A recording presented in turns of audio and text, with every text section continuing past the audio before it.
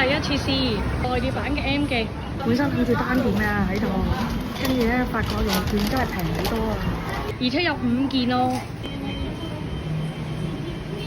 哇！好不容易，終於等到個餐出嚟啦！真係快餐店都變慢餐店。好，呢個雞堡同小寶馬利合作，你睇下，勁厚嘅雞啊，勁厚！我覺得我一個口啊，應該都咬唔晒啊！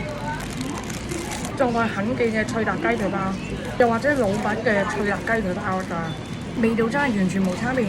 哇！依間華萊士好好味喎，真係唔錯啊！依間中國版嘅肯記加老麥嘅結合。A 顆T 塊，哇！仲要黑椒味嘅麥樂雞啊，我都服啊！試下先，好味好味，太香口啦，真係。呢種有啲似咧嗰啲阿姨小食檔種咁嘅麥樂雞啊，燉濃嘅黑椒味。真係唔錯，脆香雞翅，依家試下啦！哇，一口爆汁 ，juicy 啊，真係好味喎！呢個得住肯德基嗰啲脆辣雞腿喎。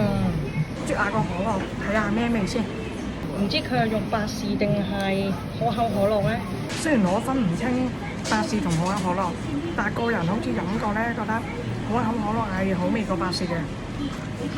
哦。應該係百事嘅可樂，因為百事可樂感覺總有一股味，又或者會唔會佢係廬山嘅可樂？好味排行榜，第一名咧就係嗰個脆香雞翼，第二名咧就係嗰個包脆辣雞腿包，第三咧就係嗰個黑椒麥樂雞。